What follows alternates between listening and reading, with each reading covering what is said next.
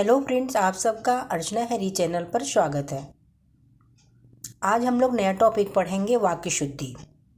चलिए देखते हैं कि वाक्य शुद्धि कैसे पहचान सकते हैं, किन किन कारणों से वाक्य में अशुद्धि आती है। चलिए देखते हैं। ये अशुद्ध वाक्य, मेरे घर के पास एक हलवाइयों की दुकान है। मेरे घर के पास एक हलवाइयों की दुकान है।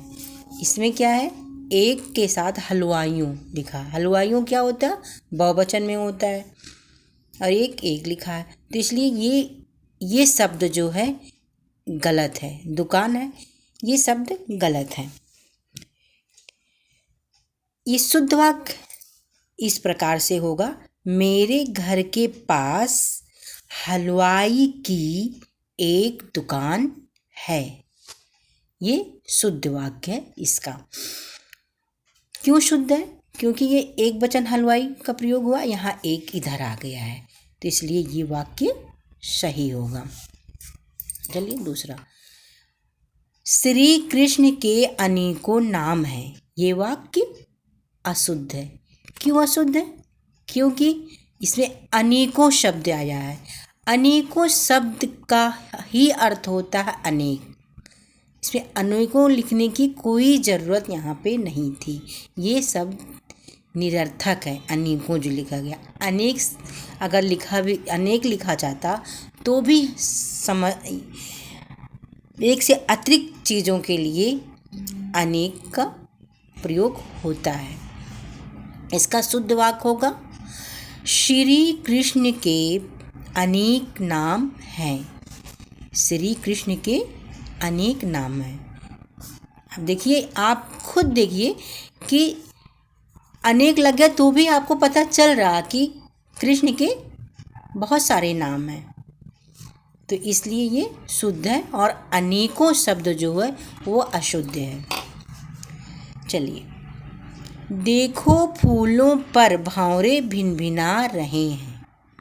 ये वाक्य अशुद्ध है। क्यों अशुद्ध है? क्योंकि भंवरे के लिए भिनभिनाना शब्द अनुचित है। ये मक्खियों के लिए प्रयोग किया जाता है। भिनभिनाना शब्द भंवरों के लिए ये अशुद्ध है। तो चलिए देखते हैं शुद्ध वाक्य कैसे बनते हैं। देखो फूलों के ऊपर भंवरे गुंजारते हैं।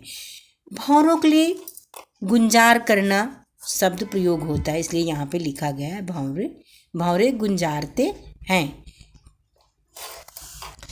अब चलिए अगला वाक्य देखते हैं। विद्या श्रेष्ठ धन होती है। विद्या हमेशा विद्या जो होती है पुल्लिंग में प्रयोग होती है, और होती यहाँ पे लिख दिया गया तो ये स्त्रीलिंग दिखाया गया, इसलिए ये वाक्य अशुद्ध है। ये वाक्य गलत है।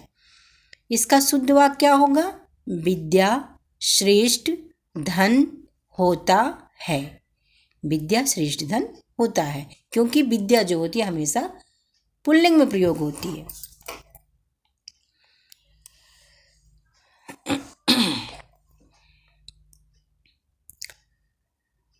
उसका प्राण निकल गया। ये वाक्य अशुद्ध है, गलत है। क्यों?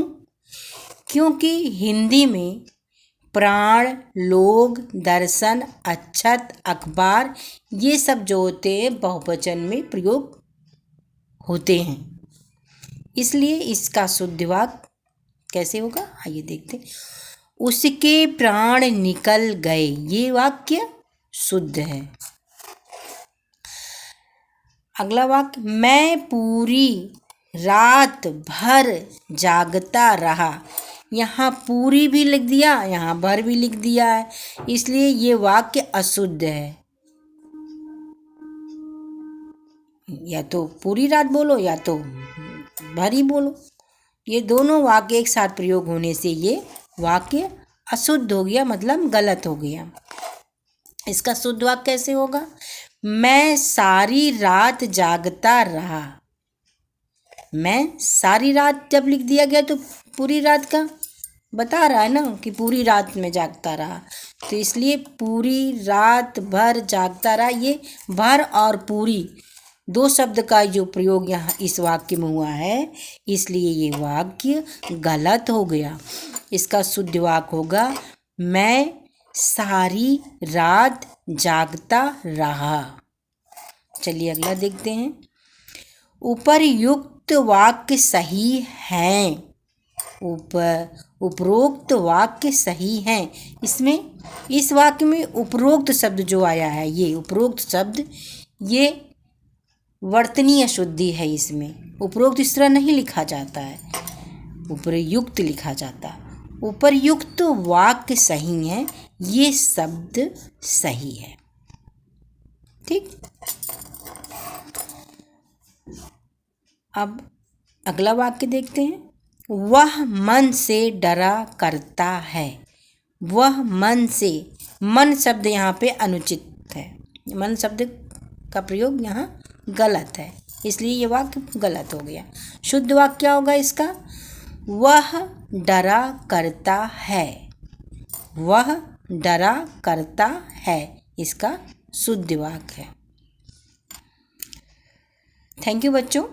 अगर आप लोगों को इस तरह के और वर्ड्स चाहिए और वाक्य चाहिए तो आप लोग कमेंट करिए, मैं इसके और ढेर सारे उदाहरण आप सबको दूंगी वीडियो के माध्यम से। थैंक यू बच्चों, धन्यवाद।